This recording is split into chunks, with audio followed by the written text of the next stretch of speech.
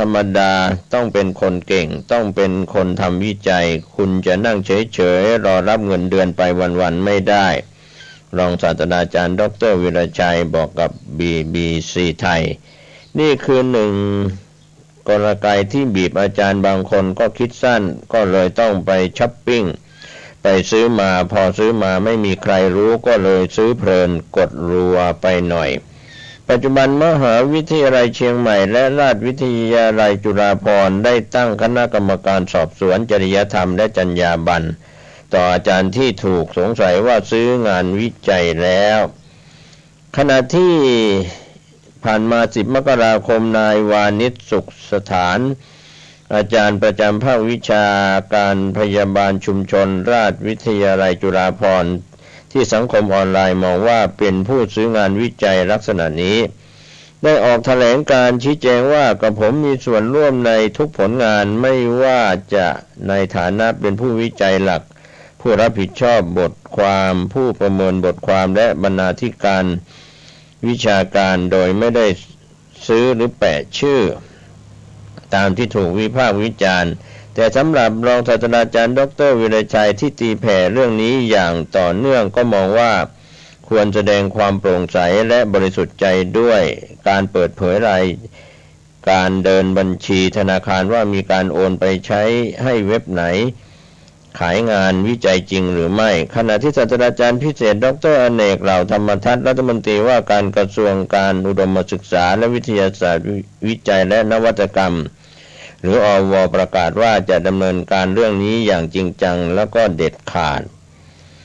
ประเด็นนี้ร้ายแรงแค่ไหนจะกระทบต่อแวดวงอุดมศึกษาเพียงไรและระบบการบีบให้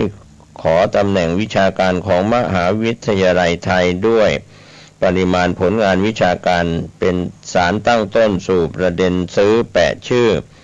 ในงานวิจัยที่สังคมกำลังพูดถึงหรือไม่ BBC ไทยพาสำรวจในเรื่องนี้อายุน้อยร้อยเปเปอร์การตรวจสอบชื่ออาจารย์ที่ถูกตั้งคำถามว่าเข้าข่ายการซื้องานวิจัยและแต่ละคนซื้องานวิจัยจำนวนเท่าไหร่นั้นต้องเริ่มจากดร.อนันต์จงแก้ววัฒนาผู้อำนวยการกลุ่มวิจัยนวัตกรรมสุขภาพสัตว์และการจัดการไบโอเทคสวทช.โพสต์ข้อความเมื่อ7 มกราคมที่ผ่านมาว่าธุรกิจที่น่ากลัวที่สุดของสังคมวิจัยก็คือการที่นักวิจัยไปช้อปปิ้งงานวิจัยที่ตัวเองไม่ได้ทำไปอ่านงานที่คิดว่าอยากมีชื่อตัวเองในเปเปอร์นั้นๆแล้วใช้เงินไปซื้อตำแหน่งของการเป็นผู้แต่งหรือผู้นิพนธ์ในงานวิจัยชื่อแรกก็จะแพงหน่อยชื่อกลางๆก็จะถูกหน่อยเมื่อได้จำนวนผู้แต่งครบแล้วงานวิจัยผีนี้ก็ส่งไปตีพิมพ์โดยคนที่จ่ายเงินเป็นผู้แต่งก็จะไปสามารถอ้างผลงานทางวิชาการหรือไปใช้ขอทุนจากหน่วยงานต่างๆเพื่อถอนทุนคืนได้ดร.อนันต์กล่าวในโพสต์เฟซบุ๊กที่มีผู้แชร์กว่า5,600 ครั้งโดยระบุว่าพบชื่อนักวิจัยของไทยในงานแบบนี้ด้วยชื่อของอาจารย์ไทย2 คนในงานวิจัยเดียวกันที่ดร.อนันต์นำมาโพสต์ก็คือดร.สุภัทรชูประดิษฐ์อาจารย์ประจำภาควิชากิจกรรมบำบัดและขออภัยคณะเทคนิคการแพทย์มหาวิทยาลัยเชียงใหม่และนายวานิชสุขสถานอาจารย์ประจำภาควิชาการพยาบาลชุมชนราชวิทยาลัยจุฬาภรณ์คำถามก็คือทำไมการปรากฏชื่อของอาจารย์ไทยทั้งสองถึงถูกตั้งคำถามว่าซื้องานวิจัยรองศาสตราจารย์ดร.วิชัยอธิบายว่านั่นเพราะชื่อภาษาอังกฤษของดร.สุภัทรและอาจารย์วานิชปรากฏอยู่ซึ่งเป็นเว็บไซต์ชุมชนของนักวิจัยที่วิเคราะห์งานเขียนที่ตีพิมพ์แล้วเพื่อหาจุดอ่อนหรือข้อขัดแย้งเพราะเปเปอร์งานวิจัยเหล่านี้มีความเป็นไปได้ที่จะมีการจ่ายเงินมีการซื้อแล้วไปเจอเว็บไซต์ที่มีการประกาศขายจริงๆแล้วก็พร้อมตีพิมพ์เขาอธิบายเมื่อ BBC ไทยได้เข้าตรวจสอบข้อมูลจึง ทราบถึงงานวิจัยที่ปรากฏชื่อของอาจารย์มหาวิทยาลัยไทยทั้งสองก็พบว่าดร.สุภัทร โชประดิษฐ์ตำแหน่งอาจารย์ประจำภาควิชากิจกรรมบำบัดคณะเทคนิคการแพทย์มหาวิทยาลัยเชียงใหม่ปรากฏงานวิจัยตีพิมพ์แล้วในจำนวน28รายการเอกสารตีพิมพ์จำนวน114รายการในปี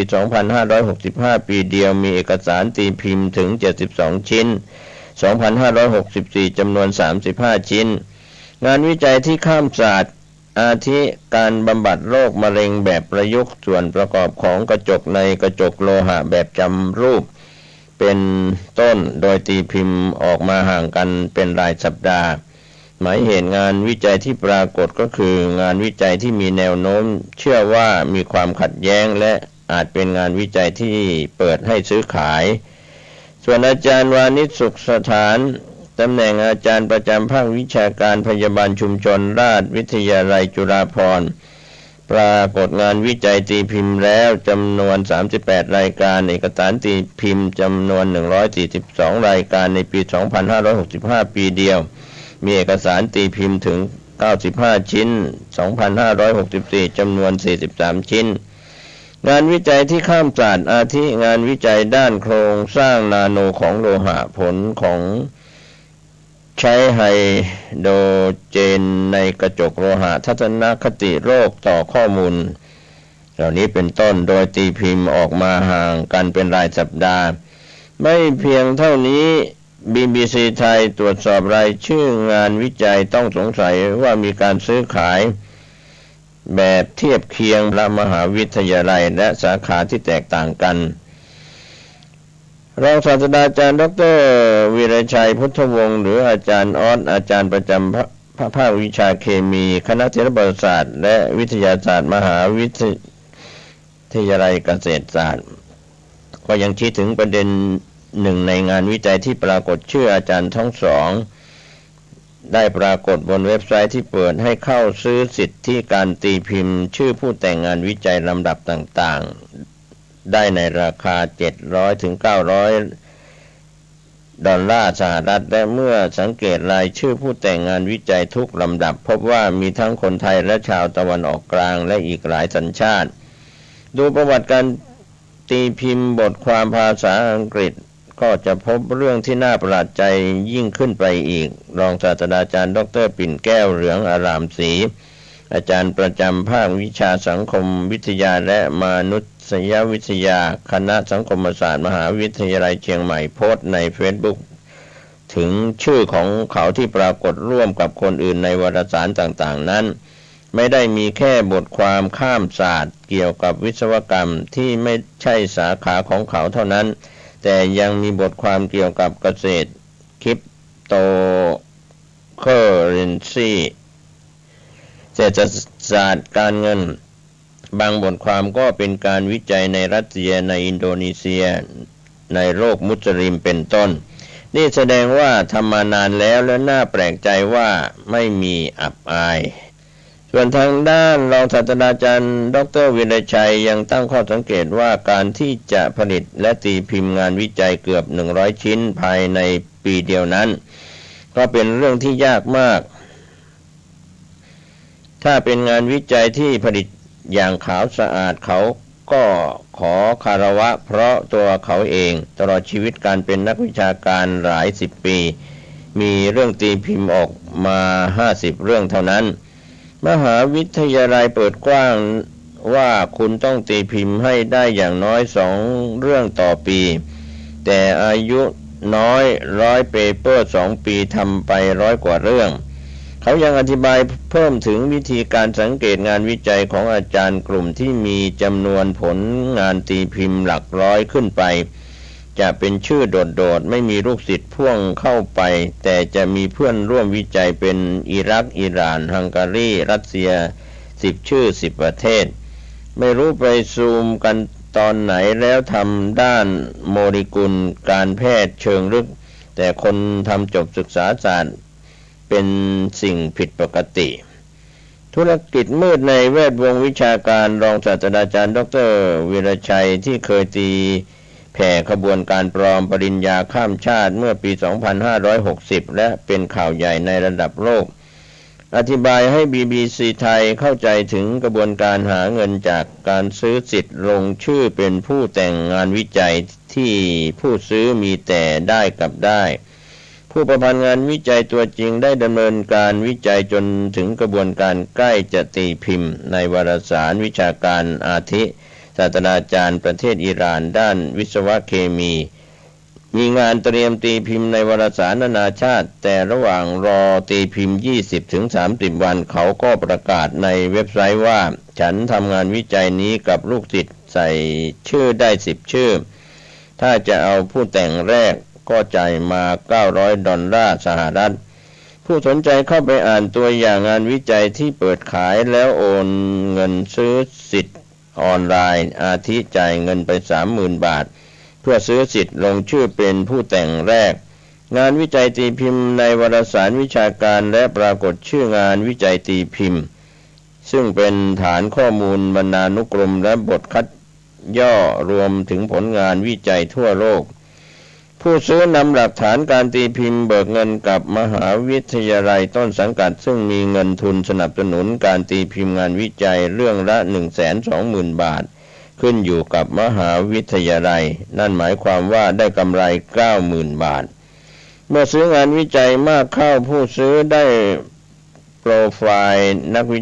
จัยคุณภาพที่สามารถนำไปขอทุนวิจัยจากกระทรวงอว.ได้เป็นหลักพันล้านบาทนำโปรไฟล์นักวิจัยดีเด่นเปิดคอร์สสอนการเขียนงานวิจัยเพื่อการตีพิมพ์จนถึงอาจเปิดหลักสูตรการเขียนงานวิจัยที่รับรองผลตีพิมพ์โดยการใช้วิธีซื้องานวิจัยแบบที่กล่าวมาข้อที่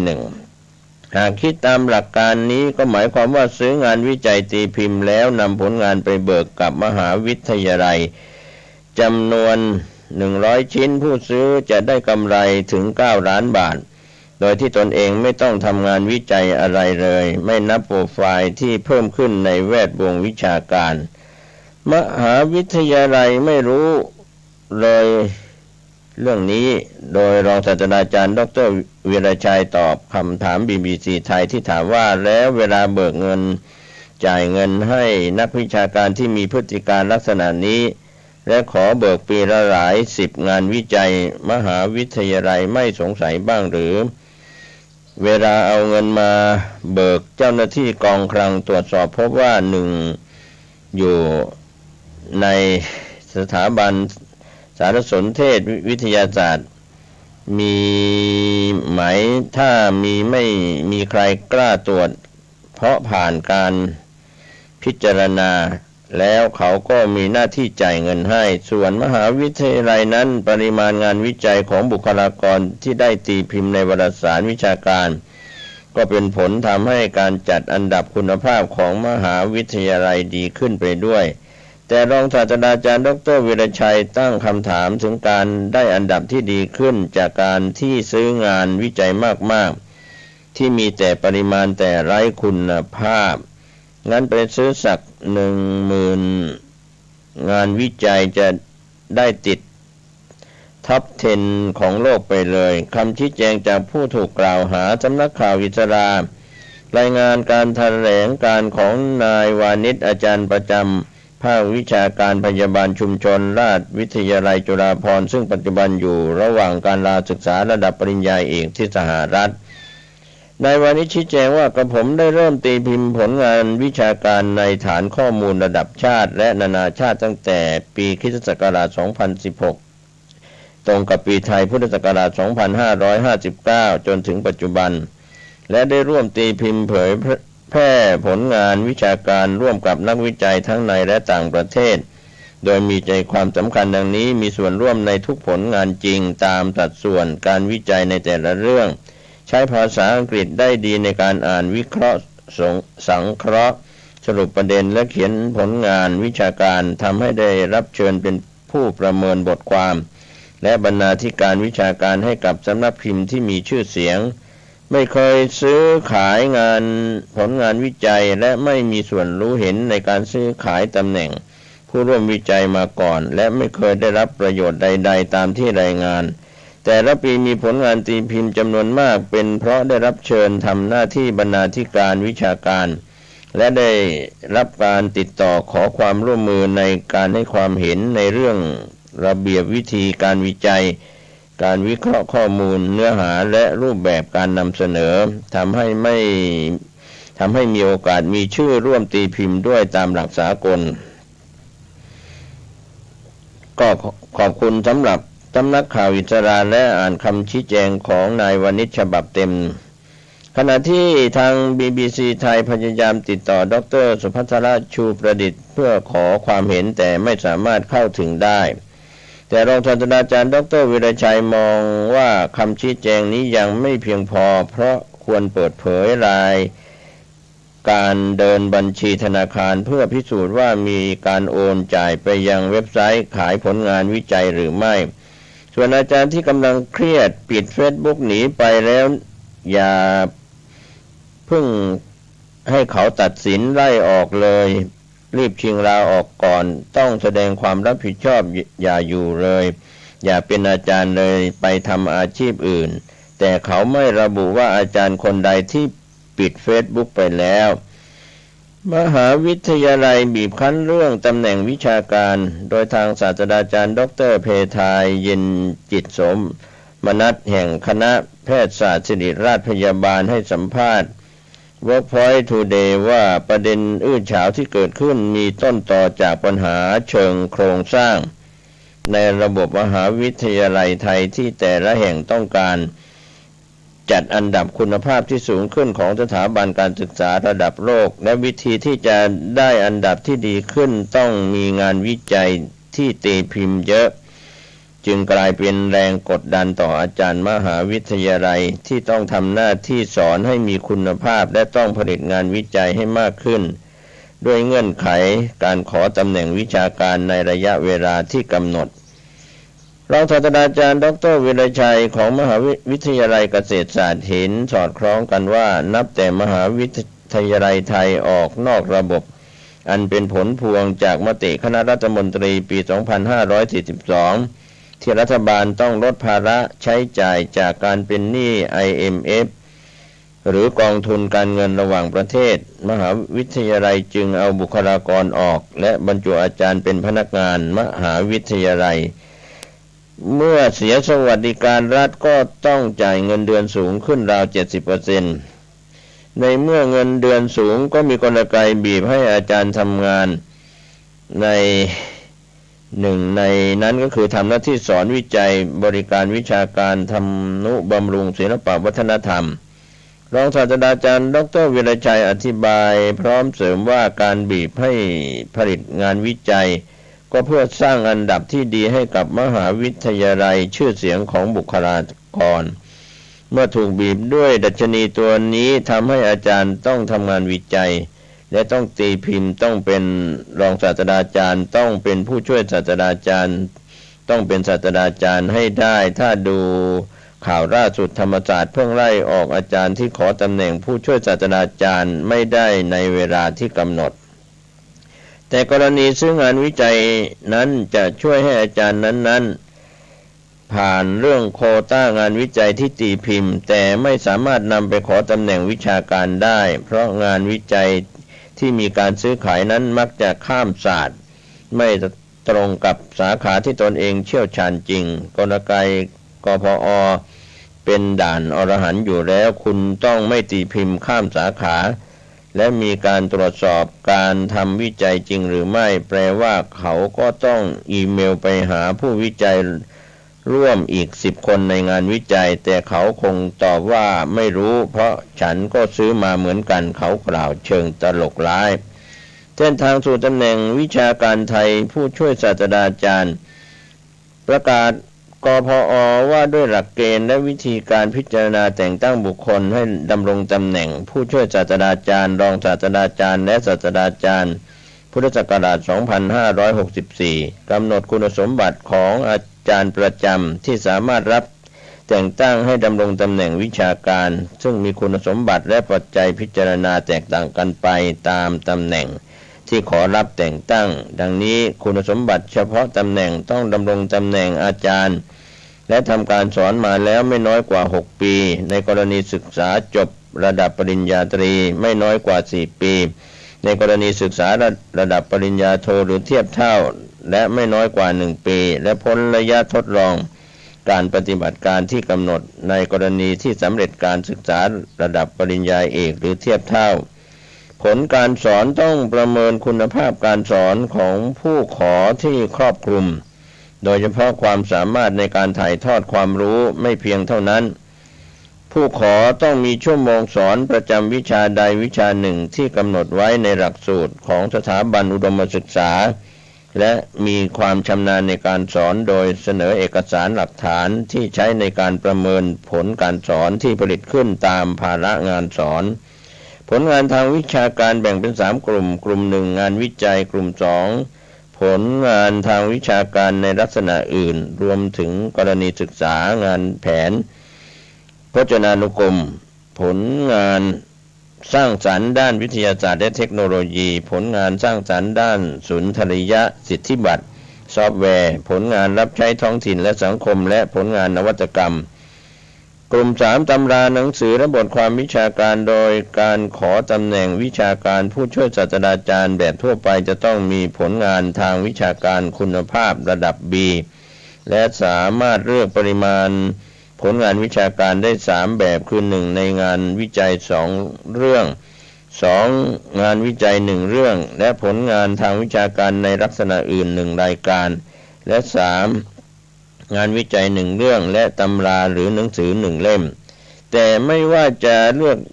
แบบใดผู้ขอต้องเป็นผู้ประพันธ์อันดับแรกผู้ประพันธ์บรรณกิจและผลงานทางวิชาการทุกประเภทต้องได้รับการเผยแพร่ตามหลักเกณฑ์ที่กพกำหนดพร้อมแสดงหลักฐานการประเมินคุณภาพโดยคณะกรรมการผู้ทรงคุณวุฒิในสาขาวิชานั้นๆหรือสาขาวิชาที่เกี่ยวข้องที่มาจากหลากหลายสถาบันเส้นทางสู่ตำแหน่งวิชาการไทยรองศาสตราจารย์และศาสตราจารย์ในส่วนของคุณสมบัติเฉพาะตำแหน่งและผลการสอนจะคล้ายคลึงกับการขอตำแหน่งผู้ช่วยศาสตราจารย์แต่ในส่วนของผลงานทางวิชาการนั้นจะมีความซับซ้อนและเงื่อนไขที่เพิ่มมากขึ้นโดยแบ่งเป็น3วิธีดังนี้วิธีที่1ผลงานวิชาการคุณภาพระดับ B ในปริมาณที่ให้เลือกได้3แบบคือ1งานวิจัย2เรื่อง2นั้น1งานวิจัย2เรื่อง2งานวิจัย1เรื่องและผลงานทางวิชาการในลักษณะอื่น1รายการและ3งานวิจัย1เรื่องและตำราหรือหนังสือ1เล่มซึ่งเป็นวิธีเดียวกับการขอผู้ช่วยศาสตราจารย์วิธีที่2ผลงานทางวิชาการที่มีคุณภาพและปริมาณให้เลือก2แบบคือ1งานวิจัยอย่างน้อย3เรื่องที่มีคุณภาพระดับ A อย่างน้อย2เรื่องและคุณภาพระดับ B อย่างน้อย1เรื่อง2งานวิจัยอย่างน้อย2เรื่องที่มีคุณภาพระดับ A และผลงานทางวิชาการในลักษณะอื่นอย่างน้อย1เรื่องที่มีคุณภาพระดับ B หากเป็นตำแหน่งวิชาการสาขาวิชาทางสังคมศาสตร์และมนุษยศาสตร์ผู้ขออาจใช้ตำราหรือหนังสืออย่างน้อย2เล่มที่มีคุณภาพระดับ A และอย่างน้อย1เล่มที่มีคุณภาพระดับ B มาทดแทนได้ไม่เหตุการ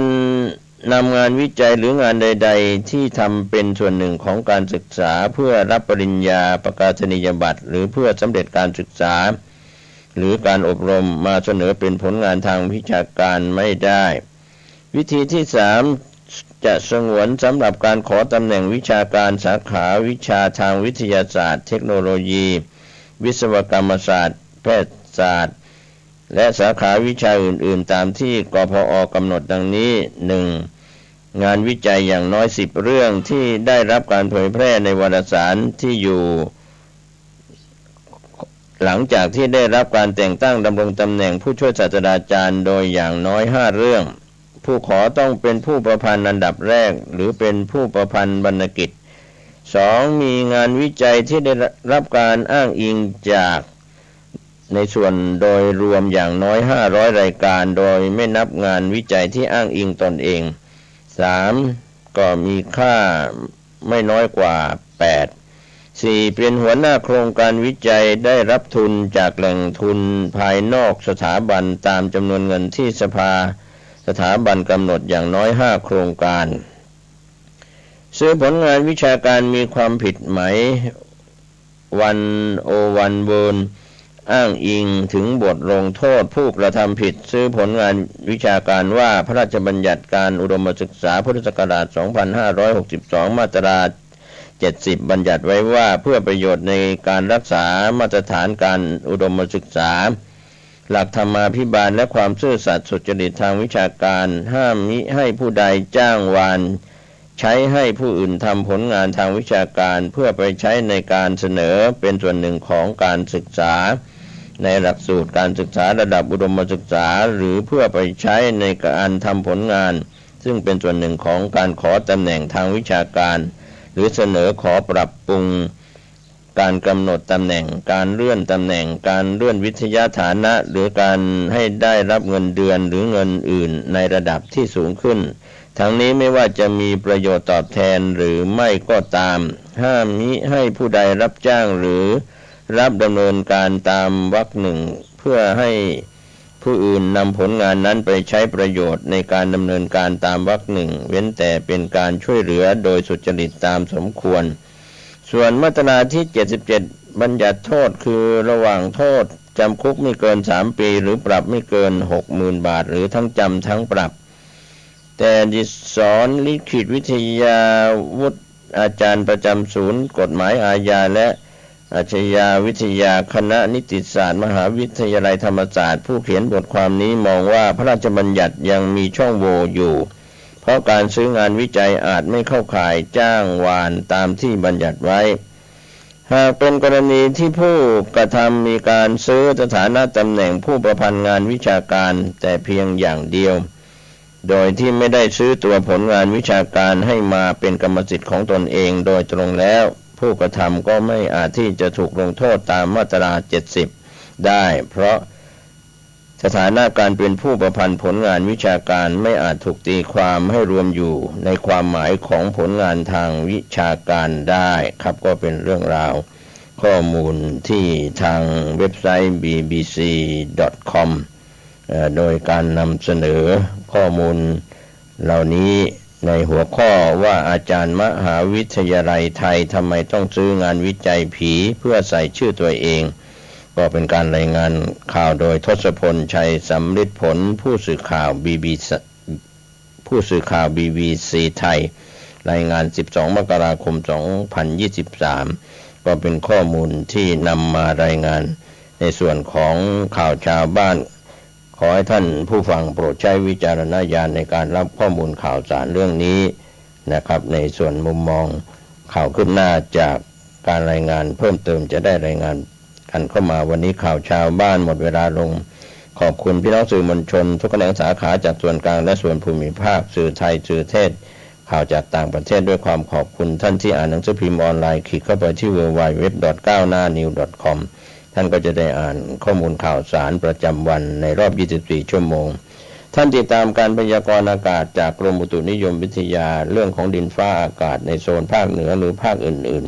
ๆที่มีอากาศหนาวเย็นท่านดูแลสุขภาพตัวท่านเองคนในครอบครัวแล้วก็หน่วยงานของท่านสงเคราะห์ผู้ยากไร้ที่ขาดแคลนผ้าห่มกันหนาวเสื้อผ้าเครื่องนุ่งห่มกันหนาวช่วยเหลือเป็นผู้ใหญ่ใจดีในทุกหน่วยไม่ว่าจะเป็นภาครัฐภาคเอกชนมูลนิธิชมรมสมาคมต่างๆด้วยความเป็นผู้ใหญ่ใจดีช่วยเหลือทรัพย์ไออุ่นสุขกายสุขใจวันนี้และวันหน้าสวัสดีครับขอเจริญสุขศรัทธาญาติโยมท่านผู้ฟังทั้งหลายทุกท่านทุกคนก็มาพบมาปะกันอีกเช่นเคยเป็นประจำทุกวันนะในเวลาเดียวกันนี้และก็ทางสถานีวิทยุแห่งนี้ในรายการปกิณกะแห่งธรรมะ อย่างใดก็ต้องขออนุโมทนาขอบใจเน้อต่อปออกไม่ออกญาติโยมผู้ใจบุญใจกุศลทุกท่านผู้มีจิตใจอันงดงามสร้างแต่บุญสร้างแต่ปัญญาเพียวถากทางหนทางที่เป็นขวากเป็นหนามนำไปสู่หนทางแห่งความสุขความเจริญไปหน้าวันนี้ก็เป็นวันศีลวันธรรมเป็นวันของพระพุทธเจ้านะเป็นวันของพระพุทธเจ้าวันนี้นอกจากเขาจะมีการสมทานเอาศีลแล้วเขาก็จะมีการเจริญพุทธมนต์บทโพชฌังคปริตเหมือนเก่าเหมือนเดิมเพื่อถวายพระพรชัยมงคลคือแก่สมเด็จพระเจ้าลูกเธอเจ้าฟ้าพัชรกิติยาภาที่พระองค์ท่านนั้นทรงประชวรอยู่ก็โอ้ง่ายๆสบายเนาะเป็นโรคเกี่ยวกับหัวใจโรคปอดโรคไตนะพระองค์ท่านก็ยังบ่ได้สติฟื้นขึ้นมาเถอะยังปกติฉะนั้น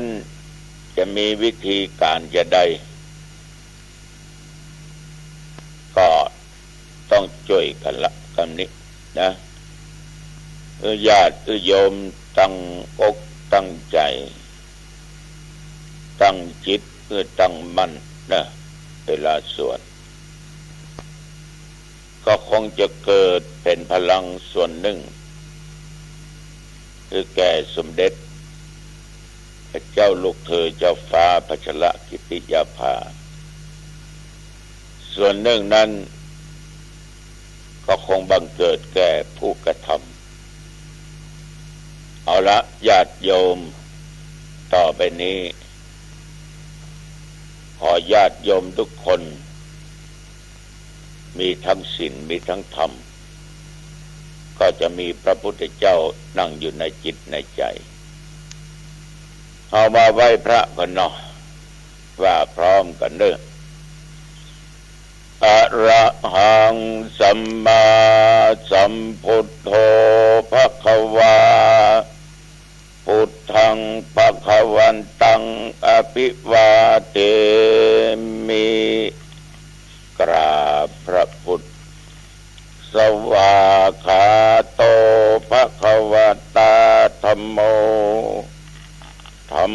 มังนัมมัสสามิกราบพระธรรมสุปฏิปันโนภควโตสาวกสังโฆสังฆังนะมามิกราบพระสงฆ์ต่อไปก็กล่าวคำนมัสการนะโมตัสสะภะคะวะโตอะระหะโตสัมมาสัมพุทธัสสะนะโมตัสสะภะคะวะโตอะระหะโตสัมมาสัมพุทธัสสะนะโมตัสสะภะคะวะโตอะระหะโตสัมมาสัมพุทธัสสะพุทธังสรณังคัจฉามิธัมมังสรณังคัจฉามิสังฆังสรณังคัจฉามิตุติยัมปิพุทธังสรณังคัจฉามิตุติยัมปิธัมมังสรณังคัจฉามิตุติยัมปิสังฆังสรณังคัจฉามิตติ ติยัมปิพุทธังสรณังคัจฉามิตติยัมปิธัมมังสรณังคัจฉามิตติยัมปิสังฆังสรณังคัจฉามิปานาติปาตาเวระมณีสิกขาปะตังสมาติญามิขอญาติโยมมีความเป็นปกติเว้นจากการฆ่าสัตว์อตินนาตานาเวระมณีสิกขาปะตังสมาติญามิขอญาติโยมจงปกติเว้นจากการลักทรัพย์โลภโกงเอาสิ่งของบุคคลอื่นกาเมสุมิจฉาจาราเวระมณีสิกขาปะตังสมาติญามิขอญาติโยมจงปกติทางวาจาทางกายกับประพฤติผิดในกามในลูกเมียผัวเมียคนอื่นมุสาวาตาเวระมณีสิกขาปะตังสมาติญามิขอญาติโยมมีความปกติวัดเท็จวัดจุวัดหลอกวัดลวงวัดต้มวัดตูนเปิ้นสุราเมระยะมัจจปมาตฐานาเวระมณีสิกขาปะตังสมาติญามิขอให้ญาติโยมมีความเป็นปกติจะไปดื่มสุราและเมลัยของมึนเมาสิ่งเสพติดทุกชนิดอิมานิปัญจสิกขาปัตตานิสีเลนะสุขติงยันติสีเลนะโภกสัมปทาสีเลนะนิพุตติงยันติตัสสมาสีลังวิโสทะเยต่อไปนี้ญาติโยมตั้งอกตั้งใจสวดบทโพชฌังคปริตเนอโพชฌังโคสัตติสังฆาโตธัมมานังวิจโยตถาวิริยัมปิติปัสสติโพชฌังคาจะตถาปะเด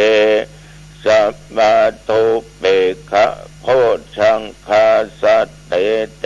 สัพพะทัสสินามุนีนาสัมมาทัคคาตาภาวิตาภาหุลิกาตาสังวัตตันติอภิญญาญาณิพพานายาจาโพธิยาเอเตนะสัจจวัชเชนะโสทิเตโหตุสัพพทาเอกัสสะมิงสะมะเยนะโทโมคันลานัญจกัสสะปังขิลานเนโทขิเตติสวะโพชฌังเคสัตตะเทสะเยเตจาตังอาภินันติตวะโลกามุจิงสุตังคะเนเอเตนะสัจจวัชเชนะโสทิเตโหตุสัพพทาเอกทาธรรมราชาปิเกลัญเยนะภิปิริโตจุนทัตเตเลนะตัญเยวะปันนาเปตัวนาสาทะรังสัมโมทิตัวจะอาปาทาตัมมาวุฒาสิธานะโสเอเตนะสัจจวัชเชนะโสทิเตโหตุสัพพทาปะ อินาเตจะอาปาทาตินนันนัมปิมะหิสินังมัคคาอาตะกิเลสาวะปัตตานุปติธัมมะตังเอเตนะสัจจวัชเชนะโสติเตโหตุสัพพะทาพระวัตุสัพพะมังคะลังรักขันตุสัพพะเทวตาสัพพะพุทธานุภาเวนะสัทธาโสทิภวันตุเตภวตุสัพพะมังคะลังรักขันตุสัพพะเทวตาสัพพะธัมมานุภาเวนะสัทธาโสทิภวันตุเตภวตุสัพพะมังคะลังรักขันตุสัพพะเทวตาสัพพะสังฆานุภาเวนะสัทธาโสทิภวันตุเตขออำนาจแห่งคุณพระพุทธพระธรรมพระสงฆ์อำนาจแห่งศีลแห่งทานแห่งการเจริญเมตตาภาวนาอำนาจแห่งบทพุทธังคะปริตนี้จงเป็นพลังขอสมเด็จพระเจ้าลูกเธอเจ้าฟ้าพัชรกิติยาภาที่พระองค์ท่านยังทรงประชวรอยู่โดยโรคหัวใจโรคปอดโรคไตและทุกอย่างในสรีระร่างกายของพระองค์ท่านขอขันธ์ห้าธาตุสี่กลับมาเป็นปกติเหมือนเช่นเคยเหมือนเก่าเหมือนเดิม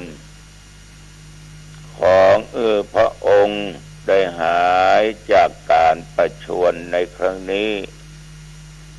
ขอพระองค์มีสุขภาพพละไมยอันแข็งแรงมีพระชนมายุยิ่งยืนนานได้120 ขวบเข้าพระวสายิ่งขึ้นไปขอถวายพระพรกรมอุตุได้ประกาศว่าตั้งแต่ตะวันวามาจนถึงวันนี้แถวบริเวณหนองตองนั้นอากาศหนาวเย็นปัจจุบันนี้อุณหภูมิลดลงเหลือ14 องศาในเขตเทศบาลตำบลหนองตองและวัดหนองตองบ่มีรายงานว่าฝนตกท้องฟ้าปลอดโปร่งญาติโยมพอออกไม่ออกวันนี้หนาวนักแกเนอะหนาวแต่อดได้ทนได้ไม่มีปัญหาจะไปยอมหนาวจะไปยอมเย็นแค่ทำจิตใจเป็นปกติเนาะ มีผ้าก็ตุ้มผ้าเห็นเนอมีเสื้อแขนยาวก็ใส่เสื้อแขนยาวมีหมวกก็ใส่หมวกเนอก็ออกไม่ออกนอนห่มผ้าอยู่ในหอในเฮือนก็ได้แล้วจะไปลืมเอาธรรมะของตุเจ้าเป็นผ้าห่มด้วยเนอะทำจิตใจอบอุ่นนะถ้าจิตใจเฮาอบอุ่นนะใจเฮามีความสุขความหนาวก็ไม่มีปัญหาเย็นก็ไม่มีปัญหา เพราะเฮานั้นมีพระพุทธเจ้านั่งอยู่ในจิตในใจ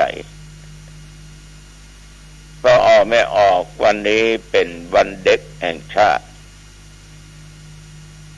กุ กุฏิกุฏางหน่วยงานองค์กรทั้งเทศบาลอบต.กะเนาะแม้แต่ตุเจ้าบางที่บางวัดก็จัดงานวันเด็กร่วมกับทางเทศบาลร่วมกับทางโรงเรียนสำหรับตำบลหนองตองก็จัดกันที่เทศบาลแมะกับสถานที่ศึกษาธรรมปฏิบัติธรรมต้องขอบใจต่อหน่วยงานศรัทธาญาติโยมตุเจ้าพระสงฆ์องค์เด่นที่ได้ร่วมกันบริจาคของรางวัลเป็นของขวัญปีใหม่ละเอกละอ่อนตุลุงก็เอารถถีบคนนั้นคนนี้ก็เอารถถีบได้รถไปประมาณ20 กว่ากันต้องขอบใจมากบางที่ก็มาหอมเอานมมาหอมเอาสตางค์พ่องแต่ละหมู่บ้านก็ขอเข้าห่อมาแจกมาจ่ายให้ละอ่อนตึงเด็กน้อยตึงเด็กใหญ่ตึงเด็กโตเด็กเฒ่าเด็กแก่ เอาญาติโยมเพิ่นก็มีวันเด็กมีวันผู้สูงอายุมีหลายวันเนาะวันสำคัญแห่งชาติวันสำคัญทางพุทธศาสนาวันสำคัญแห่งชาติก็วันที่พระบรมวงศานุวงศ์ประสูติหรือเกิดเนาะวันในหลวงเกิดวันพระราชินีเกิดเนี่ยแล้วก็วันแรงงานกามีนักโลกมีหลายวันด้วยกันทางพุทธศาสนาเฮานี่ก็วันมาฆบูชาวิสาขบูชาอัฐมีบูชาและวันอาสาฬหบูชานอกนั้นเราก็มีวันพระพุทธเจ้าคือวันศีลวันธรรมอย่างวันเนี้ยนะก็เป็นวันสำคัญของทุกคนแต่ที่จริงวันเด็กวันละอ่อนมันก็มีถึงวันนะวันคนเฒ่าก็มีถึงวันศีลวันธรรมก็มีถึงวันถ้าวันไหนเรารู้จักตัวเองว่าเราเป็นละเอกละอ่อนมีหน้าที่อย่างใดนะก็เป็นวันเด็กนะวันผู้สูงอายุเอามีความคิดมีสติตลอดว่าโอ้กูนี่แก่แล้วอายุปุ่นนี้แล้วนะวันศีลวันธรรมหรือวันพระเอาเป็นชาวพุทธเขาก็ต้อง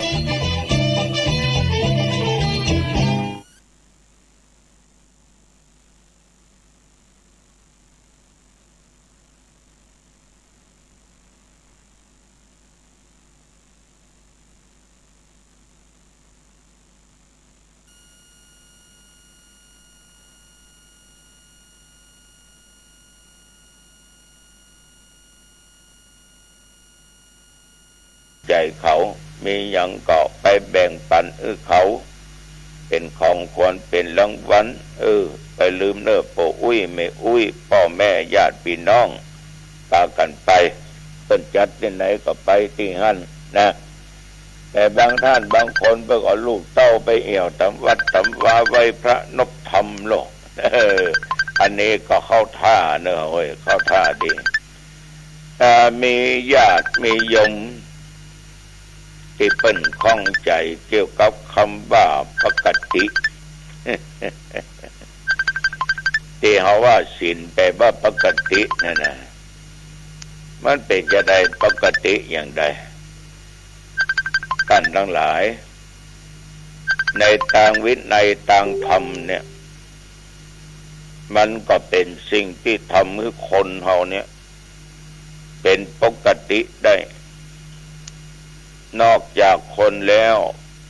เขาก็ยังแยกตัวเขาเนี่ยที่ว่ามนุษย์เป็นผู้มีใจสูงประเสริฐกว่าสัตว์เดรัจฉานคือทุกสิ่งทุกอย่างในญาติโยมมันจะต้องมีลักษณะเป็นปกติของมันเป็นปกติของแต่ละอย่างอย่างม้าเนาะม้าญาติโยมทั้งหลายต้องยืน ว่ามีการนอนม้าว่านอนนะถ้าม้านอนก็เป็นการผิดปกติของม้าแสดงว่าถ้ามันนอนเนี่ยมันก็ไม่สบายละมันเจ็บมันป่วยฤดูฟ้าฤดูฝนมีตามปกติของฤดูมันถ้าฤดูฝนมันบัดตกก็ผิดปกติเนาะถ้าฤดูฝนกับแล้งไอ้น่ะมันบัดตกแสดงว่ามันผิดปกติเดี๋ยวนี้ฤดูหนาวอากาศเย็นนะลมจอยไม่หนาวถ้าฤดูหนาวมันบ่หนาวมันบ่เย็นมันก็ผิดปกติเหมือนกับบางปีญาติโยมเขาจะโอ้กันปีนี้มันหนาวเขาเฮ้ยมันหนาวผิดปกติแล้วมันก็รู้ว่ามันเป็นจะได้นะมันบ่หนาวนะฤดูร้อนดันมาหนาวมันก็ผิดปกติฉะนั้นศรัทธาสาธุชนญาติโยมการผิดปกติก็คือการเปลี่ยนแปลงอย่างคนเฮาเนี่ยก็ปกติของคนเนี่ยเพิ่นอยู่ด้วยกันเพื่อจะฮักกันแป้งกันรู้นอกก็ออกไม่ออกเนาะวันไหนที่จังกันวันไหนทำร้ายร่างกายกันวันไหนฆ่ากันวันนั้นก็ผิดปกตินะญาติโยมสัตว์เดรัจฉานจะเป็นเสือจะเป็นหมีจะเป็นหมาเป็นหมูเป็นเป็ดเป็นไก่เขานี่จะไล่กัดกันหรอกจะทำร้ายกันเสือเนี่ยกินควายเนาะกินเพียจ้างวะนะญาติโยมลองคิดดูดีๆมากับแมวประเดี๋ยวก็พ่อเข้ากันพ่อเขาเฮ้ย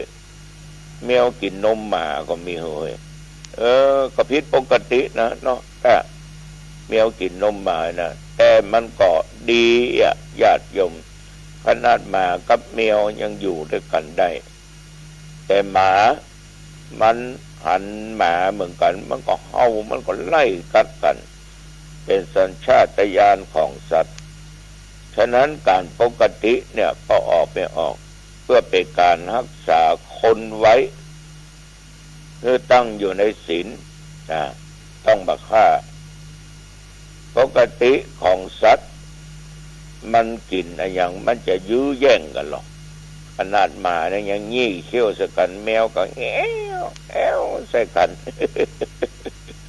บางทีก็ลักขโมยของกันถึงเวลาที่จะต้องกินเนาะ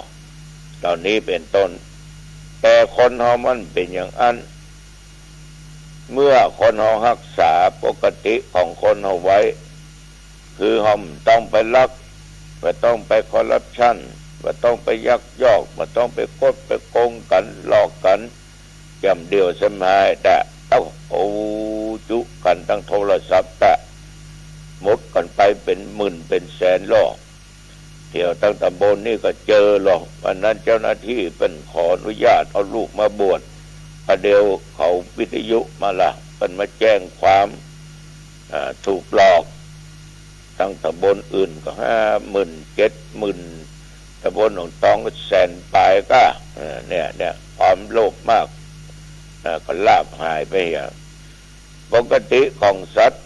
มันบ่ฮู้จักห้ามใจพอใจเฉพาะคู่ของตัวมันยังหมายังแมวเนี่ยก็ญาติโยม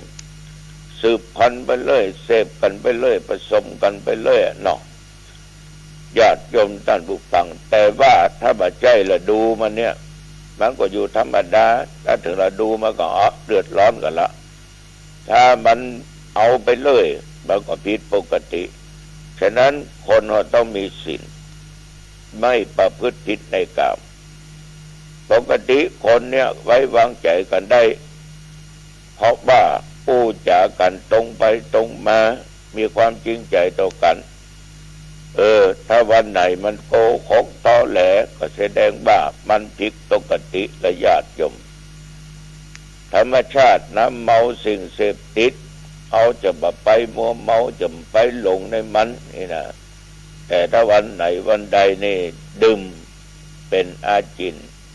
มันก็ผิดปกติผิดศีลละบางคนที่บ่เคยกินบ่เคยหยังแต่ก่อนมันจะกินนะเหล้านะบัดเดี๋ยวนี้เมาวันค่ำผิดปกติเฮ้ยโอ้แล้วคนที่มันเคยกินมาตลอดมันแย้งเนี่ยเอาไปหูไปหันไอ้นี่ผิดปกติกว่าแต่ก่อนบางมันเมาแล้วเดี๋ยวมันเมาเฮ้ยมันกินเฮ้ยเนี่ยดีแต่เนี่ยผิดปกติในทางดีมันดีในญาติโยมฉะนั้นการผิดปกติเนี่ยมันเป็นสิ่งที่ตรงกันข้ามเราเคยทำดีแล้วไปทำชั่วมันก็ผิดปกติเราทำชั่วกลับมาทำดีเป็นปกติในทางที่ดีเพราะจิตใจของเรานั้นญาติโยมมันเป็นมนุษย์มันมีศีลมีธรรมอันนี้ก็ขอฝากไว้เป็นข้อคิดสกิดใจญาติโยมลองนำไปคิดพิจารณาดูเนอะเอาละหันว่าเป็นเวลาพอสมควรอายุวันโนสุขังพลังพบกันใหม่โอกาสหน้าเจริญพรสวัสดีครับท่านผู้ฟังที่เคารพธรรมสาระวันนี้ผมกเกษตรเพชรสำริดได้นำเรื่องราวต่างๆชวนท่านได้คิดได้พิจารณากันเป็นประจำแม้ว่าเรื่องราวเหตุการณ์ของโลกของบ้านเมืองเปลี่ยนแปลงไปตามเหตุการณ์ปัจจุบันที่จะก้าวย่างไปสู่อนาคตส่วนเรื่องราวในอดีตที่ผ่านมานั้นก็เป็นเรื่องราวทั้งเหตุการณ์ดีเหตุการณ์ร้ายต่างๆเราได้ศึกษาเราเรียนและหาประสบการณ์จากมนุษยศาสตร์ของคนทั่วโลก209ประเทศเล็กประเทศใหญ่ในโลกกลมๆใบนี้209ประเทศต่อไปในอนาคตก็อาจจะขยายมากกว่า209ประเทศที่แยกจากประเทศใหญ่ๆออกมาเป็นประเทศเล็กๆอย่างไรก็ตามมนุษยศาสตร์สังคมศาสตร์วิทยาศาสตร์ศาสตร์ต่างๆแพทยศาสตร์แล้วก็ในศาสตร์มากมายแม้ในศาสตร์ที่เราได้ศึกษาในพระไตรปิฎกมี18ศาสตร์แล้วก็มีมากเพิ่มขึ้นในศาสตร์ของชาวโลกที่ได้ศึกษากันนี่แหละเป็นเครื่องหมายชี้แจงบอกถึงการเปลี่ยนแปลงของศาสตร์ที่เราได้รู้ได้ศึกษาโดยเฉพาะศาสตร์ที่เกิดขึ้นจากมนุษยศาสตร์หรือวิทยาศาสตร์พุทธศาสตร์ธรรมศาสตร์อะไรต่างๆก็แล้วแต่คนเหล่านั้นมองหน้าเห็นหน้าแล้วก็ไม่รู้ถึงใจเพราะเหตุว่าความรู้สึกนึกคิดของแต่ละคนแต่ละท่านจะเป็นหญิงเป็นชายเป็นเด็กเป็นผู้ใหญ่เป็นบรรพชิตหรือคฤหัสถ์ก็ตามวันนี้เรารู้หน้าตาท่าทางหญิงชายอากัปกิริยาท่าทางเห็นหน้ารู้หน้าได้แต่ไม่รู้ถึงจิตใจยังไม่ถึงความรู้สึกโดยข้ออุปมาเหมือนดั่งทะเลนะครับคุณ8ประการที่เรายังไม่ถึงก็คือสะดือทะเลความลุ่มลึกของทะเลเช่นเดียวกันกับในทางพระพุทธศาสนาโดยเฉพาะคำสอนที่บอกว่าคนเรานี่ยังใจไม่ได้ยังใจไม่ถึงแม้คนที่เป็นสามีภรรยานอนเบียดเสียดภรรยาสามี